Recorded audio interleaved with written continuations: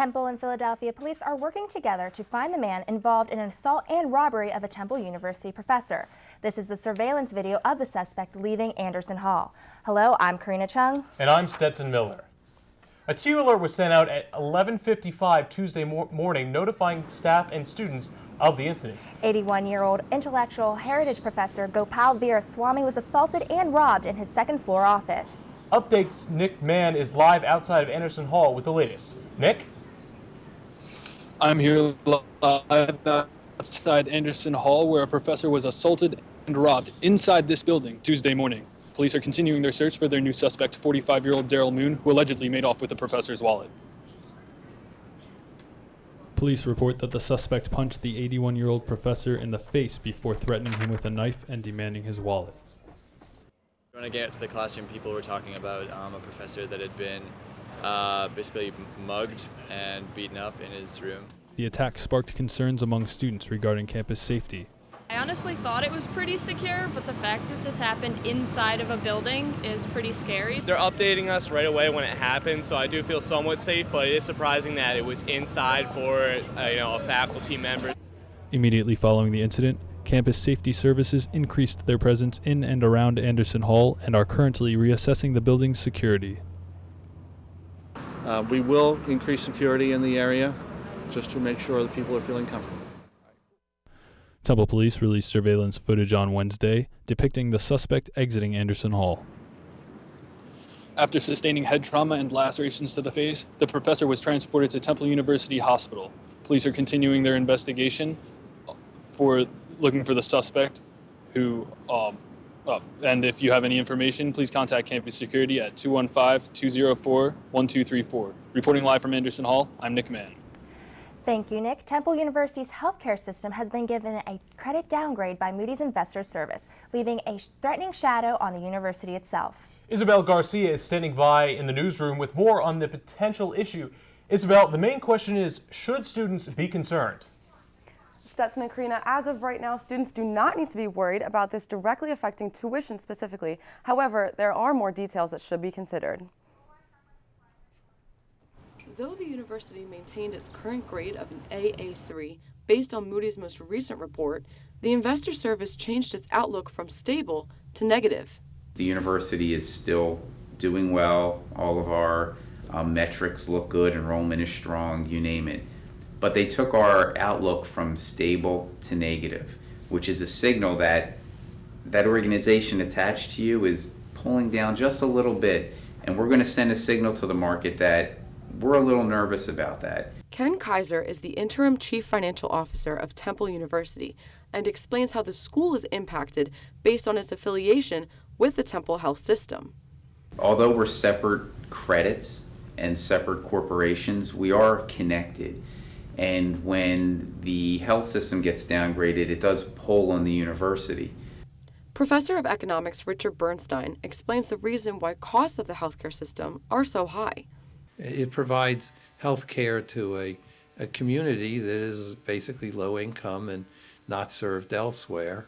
And it isn't able to attract all the elective surgery and elective services that might be more profitable. Moody's suggests it may become the responsibility of the university to assist in the funding of the healthcare network. Temple University President Neil Theobald said in his inaugural address it is the government's obligation, and he sends a message to the students. We will not use your tuition dollars, too much of which you must borrow, to fund these initiatives.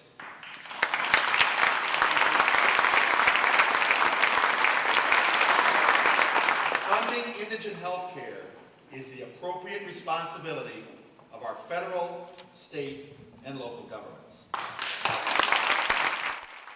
Now, those initiatives President Theobald had referenced earlier have to do with efforts in K-12 education and indigent health care, as the university plans to maintain its historic role as a community leader. Karina, back to you in the studio. Thank you, Isabel. Temple University has been building up the campus, but on the west side of Broad Street, they're tearing down. The row homes that formerly housed Temple Garden and the Gateway Appliance Store will be demolished because of structural issues. Isabel's bookstore, located between the two buildings, will continue to stand because it is not owned by the university. There are no current construction plans for the sites. The university hopes to use the locations to create more green space for students and community members. If you're a Temple student riding the subway, don't expect to use your OWL card when SEPTA updates its fare collection system. SEPTA's card readers and our new OWL cards don't just get along. Updates Alexandra Gallo took a trip through the turnstile to get the latest. The rumors that students will be able to use diamond dollars at SEPTA are exactly that. As of now, the SEPTA-Temple relationship is a no-go, which many students on campus feel is a big disappointment. Because then I can just use my diamond dollars to pay for SEPTA. It'd be that much easier. You don't have to the hassle of waiting in line and getting tokens and everything. Scott Brannon is the director of Diamond Dollars at Temple University. Last year, Temple proposed the idea for the Diamond Dollar cards to be compatible with the new SEPTA machines that riders use to enter the platform. Users would be able to just swipe their OWL cards and be on their way. We discussed their new rollout of a system to be a contactless system and ours as well. That corresponded with our new OWL cards that were distributed about a year ago. SEPTA, however, decided to go with different machines that are not compatible with the chip that the OWL card has. Because these particular OWL cards were brand new last year, it would be too expensive to change the chip inside. So we have to basically govern what we need on campus versus the SEPTA technology. There are many reasons students are using SEPTA. To Center City, it's just a lot cheaper than taking the train. I take SEPTA to like the stadiums, see the games a lot, almost every weekend. With the convenient form of transportation comes a not-so-convenient way of paying. SEPTA is still using tokens for the subway, trolley, and bus lines. Just make it easier, and you wouldn't have to go and take out cash before you get on the subway, which is always a pain. Now, Temple Update tried reaching out to SEPTA, but we haven't yet heard back. Scott Brennan tells us, though, that he hopes the SEPTA-Temple relationship can try again in the future. Reporting for Temple Update, I'm Alexandra Gallo. The use of OWL cards as a form of SEPTA payment was part of the main platform for the election of the Temple Student Government Party named Temple United. Student body president Darren Bartholomew said it could be another 4 years before we see a full integration of OWL cards. The new OWL cards, which I believe come out in 4 years, obviously doesn't help anyone now, but they will be able to use the new payment technology system. He also says Temple United is only a few months into their term, and that is plenty of time to deliver on their other promises. The Edberg-Olson football complex is undergoing changes with the installation of solar panels. Updates Rich Fogel has the latest progress in Temple's continuing initiative for more sustainability and renewable energy on campus. Temple University teamed up with Community Energy Incorporation and has agreed to begin a solar panel project on the roof of Edberg-Olson Hall on 10th and Diamond Streets starting this week. Temple's been talking to a bunch of companies about it for a long time, and it kind of came back up, I guess, within the last year, and we ended up winning the project, which is awesome. Like I said, we financed a lot of the capital with residential local customers, and then Temple stood up as the leader to host the project. Local residents switched their electric bills over to green energy. Once this happens, CEI is able to develop solar projects locally. This 63 kilowatt solar system is the latest effort from the university to add more renewable energy to campus. This is the 5th largest solar project in Pennsylvania, and it's really getting done without state incentives, which is exciting. That solar has reached a point where you can get it done just based on voluntary demand, and I think that sends a strong signal from Temple as a clean energy leader. I think Temple, being the state school in Philadelphia, sometimes gets a little bit of a bad rep from some other schools that maybe have a little more prestige, and it's cool to see that Temple is kind of distinguishing themselves with a commitment to renewables. When this project is completed in early December on this roof, it will be the largest solar panel project of any kind for a Philadelphia college or university. The biggest thing, obviously, is now they'll be generating some electricity through solar power, which is huge for our local environment and local air quality, especially in Philadelphia. We'll continue to keep you updated on the process of the solar panels on Edberg-Olson Hall. For Temple Update, I'm Rich Fogel. Temple Sustainability Week has inspired some art students to think outside the box. The Alternative and Found Materials art exhibit inside the Tyler School of Art showcased pieces made with recycled and industrial products. The exhibit was hosted by the Office of Sustainability and the Fibers Department.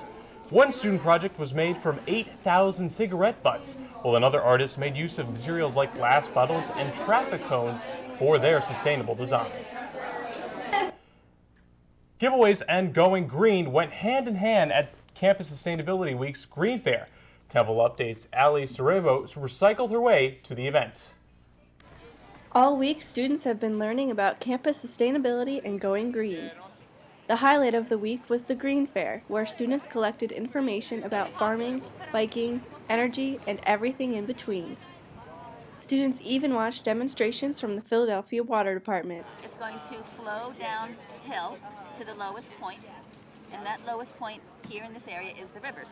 Office of Sustainability Director Kathleen Grady says, like students, Temple is making progress in becoming more sustainable. We've been very aggressively working on an energy conservation campaign, and from a waste and recycling perspective, we finally rolled out recycling plastics 1 through 7, so now students can recycle essentially pretty much all types of plastic. These changes come at a time when sustainability is a growing concern among students. Sustainability is important because we only have one Earth and we need to take care of it. Massive change starts with one person, so it's important for every person to realize that sustainability is something they should be paying attention to. The fair exposed students to a variety of ways to get involved with sustainability. It's really not just about recycling. It's a really big comprehensive approach, and I think that's what this event does really well. Thanks to campus sustainability programs, students are on their way to going green and making Temple more sustainable. Reporting for Temple Update, I'm Serabo. Time Magazine's Director of Photography, Kira Pollock, talked to journalism students this week. Pollock oversees photography for Time Magazine as well as Time.com. She talked to students about Red Border Films, a new documentary series that is launching through Time Magazine. After the session, she answered student questions about standing out and putting their own twist on everything. Because there are a lot of people that are doing this, and you want to be unique and you want to have your own stamp on it. And that's how people find you, when the work is good and solid and it transcends. The first film from Red Border Films will be released on Veterans Day. Coming up, we will have all the spooky details on Halloween at Temple and how you can stay safe while celebrating around campus. And Temple took to the streets on their bike in costume and rode all the way to a Philadelphia cemetery. Plus, families young and old were on the hunt for the Great Pumpkin. We'll have all the details. Simone Cuccurullo, coming up at the sports desk, I'll have the hoedown from the football team's trip to the South. Yeehaw! And I'm Stephanie Craig. Will spooky clouds be hovering over your Halloween weekend? I'll let you know. Temple Update. We'll be right back. As students get ready to celebrate Halloween tonight, Campus Safety Services is offering some tips and tricks to stay safe. Special Services Coordinator Donna Gray says it is important to wear costumes that can be seen in the dark. She reminds students to be mindful of what they're drinking and to not let costume decision choices influence decision making. She recommends students always use the buddy system and remember to trust your instincts. And it is okay to just leave if you find yourself in an uncomfortable situation. Have the number for the police on hand, and finally, make sure you know the person under the costume before you let them in your house. Families took to the apple trees in Linvilla orchards to celebrate the changing seasons. The popular Halloween destination gave families the chance to breathe in the fresh fall air. The orchard has train rides, pumpkin picking, and hay rides. There were a lot of people here. The lines are probably average, not too long. I'm going home in the pumpkin today. Linvilla Orchard's Halloween festivities may be coming to an end, but the orchard will stay open throughout the year to provide fun for every season. Ghosts and skeletons went mobile this year on a Halloween fun ride. Taggart Hulk pedaled his way to Laurel Hill Cemetery to take a look at the riding dead.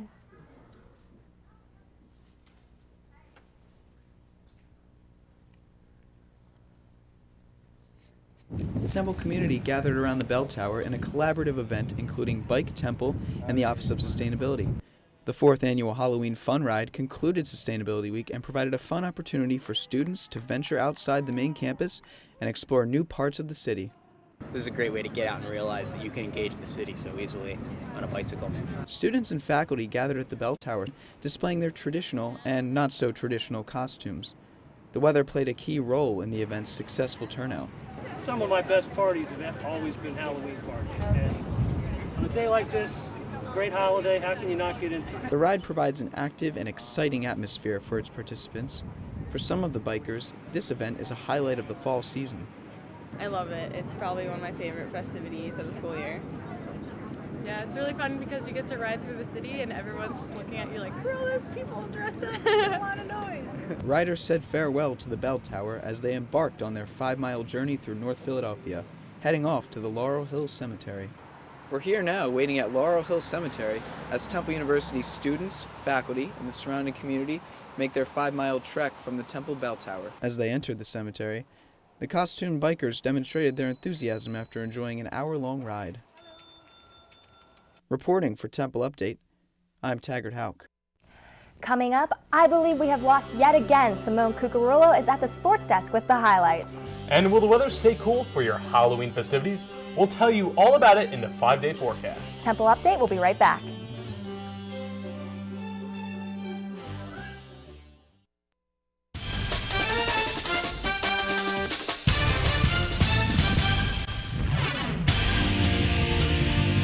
Good morning, Temple fans. We've been waiting for you all week right here at the sports desk. I'm Simone Cuccurullo, and as always, I have the latest in OWL, your Temple athletics. Now, I hate to be the bearer of bad news, but let's kick things off with a heartbreaker in Dallas, Texas. It was an afternoon of back and forth action as the football team made their way to Ford Stadium to face the SMU Mustangs. The Owls started strong, jumping out to a 28-7 lead in the second quarter. P.J. Walker threw for 168 yards in the first half, including this 18-yard pass that John Christopher caught with one hand. Walker also completed this deep ball to Alderman to put the Owls up by 3 touchdowns. But that all changed at halftime. The Mustangs came back with a vengeance as they moved the ball 78 yards down the field for a touchdown during their first possession of the third quarter. From then on out, the teams were neck and neck, but in the end, SMU came out on top with a final score of 59-49. Now we head down to Central Florida, where the men's soccer team took on the UCF Knights. Both teams were scoreless in the first half with only 7 total shots combined. 4 minutes into the second half, Vaughn Spurrier scored on an unassisted goal to give the Owls a 1-0 lead. Chaz Wilson also tacked on a point for Temple, but the Knights responded with 2 goals of their own. Neither team could score in overtime, and the Owls took home their 4th tie of the season. Now it was a day of success at Giese Field as Temple Field Hockey honored their 3 seniors on Senior Day. Lauren Hunt, Molly Doyle, and Mandy Shear ended their home careers with a 5-1 win over Georgetown. It was only fitting that senior Lauren Hunt had the first goal versus the Hoyas. Amber Yutz brought her stellar offensive performance as usual, notching the 2nd and 3rd goals for the Owls. Kayla Lockman and Katie Foran secured the victory by each adding a goal within 1 minute of each other in the last 10 minutes of the game. The Lady Owls advanced to a 14-4 record and will face Connecticut this Saturday. And now that the weather is getting colder, that only means one thing: winter sports are on the way. The men's basketball team is continuing to prepare for their season opener on November 9th against Penn. Dunphy & Company opened the doors to their practice facility to get the media a little taste of what this year is all about. The Owls have a competitive schedule for their first season in the American Athletic Conference. Strong leadership from Will Cummings, Anthony Lee, and Dalton Pepper is crucial to the team's success. We caught up with Coach Dunphy after practice to find out how the boys are gelling so far. We're a good group together. I think they like each other. I think they care for each other. I think they respect each other. So it's going to really be an interesting year with a lot of unanswered questions, and hopefully we'll grow as the year goes on.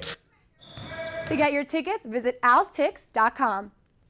The women's volleyball team will be looking to take down AAC opponent Louisville tomorrow night at home. Be sure to head down to Pearson McGonigal and support the Owls. But if you can't catch the action, be sure to follow us on Twitter and Instagram at @TU_SportsDesk. I'm Simone Cuccurullo. Back to you guys in the studio. Up next, Stephanie Craig will tell you what to expect for a night of tricks and treats with your 5-day weather forecast. And hop in your DeLorean. We're going back to the 80s for one of Temple Update's earliest broadcasts. We'll be right back.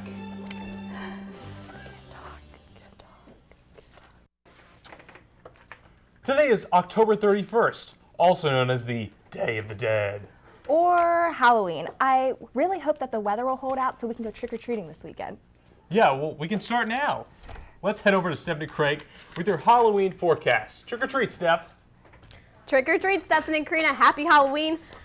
Later on, I will be supporting my Minnie Mouse ears, but let's take a look at the current condition.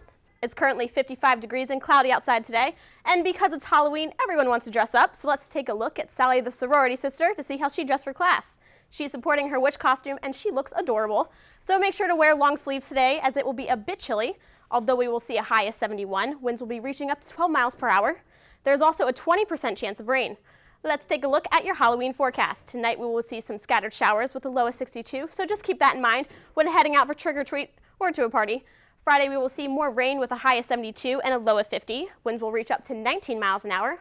And although the Owls will be away at Rutgers this weekend, it's not too far. So for those of you heading to New Jersey, let's take a look at your game day forecast. The clouds will be taking over the sky with temperatures reaching the low 60s by kickoff. Fourth quarter, we will see temperatures drop into the mid-50s. Now let's head into your weekend weather watch. Saturday, the rain will clear, leaving us with partly cloudy skies and a high of 64. Closing out the weekend, Sunday will be mostly sunny with a high of 53. The school week will start out on Monday with mostly sunny skies with a high near 50. Now it's that time of year where we see a dip in temperatures, but definitely doesn't look too bad. For all the latest updates, make sure to follow us on Twitter at @TU_weatherwatch. Now, Karina, what are you dressing up as this year? Well, since I'm tired all the time, I think I'm just going to be a bedhead, but thanks, Steph. The South Carolina Aquarium had a very out-of-the-ordinary pumpkin carving contest. Divers went into an aquarium tank where they were given tools to carve sea-themed pumpkins. The 5 volunteers were watched by an audience who voted on the winner by cheering. This year's winner was an octopus pumpkin. Beware of the zombie attack. The 3rd annual Zombie Walk in Bangor, Maine had participants dressing up like zombies and walking through downtown. A group of zombies also did a live, no pun intended, flash mob dance. The Zombie Walk raised money for 2 charities, the NF Northeast and the Sarcoma Alliance. Did you know that in 1988, the president of the university was Peter J. Leocoris, and the cost of tuition was around $3,800? A lot of things sure have changed, but one thing has stayed the same: Temple Update. And to honor our 25 years of history, we're taking you back to October 27, 1988, with a special look at one of Temple Update's earliest shows.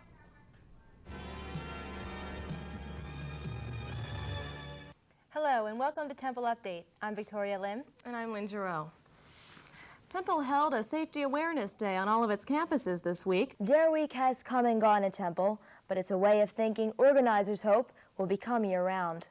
Promoting alternative activities, alternative ways to enjoy life here at Temple University. As part of the week-long educational program, peer counselors set up shop in the Student Activity Center. The Temple basketball team kicks off the regular season in just over a month, and don't expect the team to match the #1 ranking that they had last season. While Temple goes into this season with uncertainty, there is still much to look forward to. A new arena will be under construction shortly, and the future looks like it can soar higher than an owl can fly. We leave you now with the scene at the Night Owl Wednesday night when the group Mail Order performed as part of the Wednesday Night Jazz Series.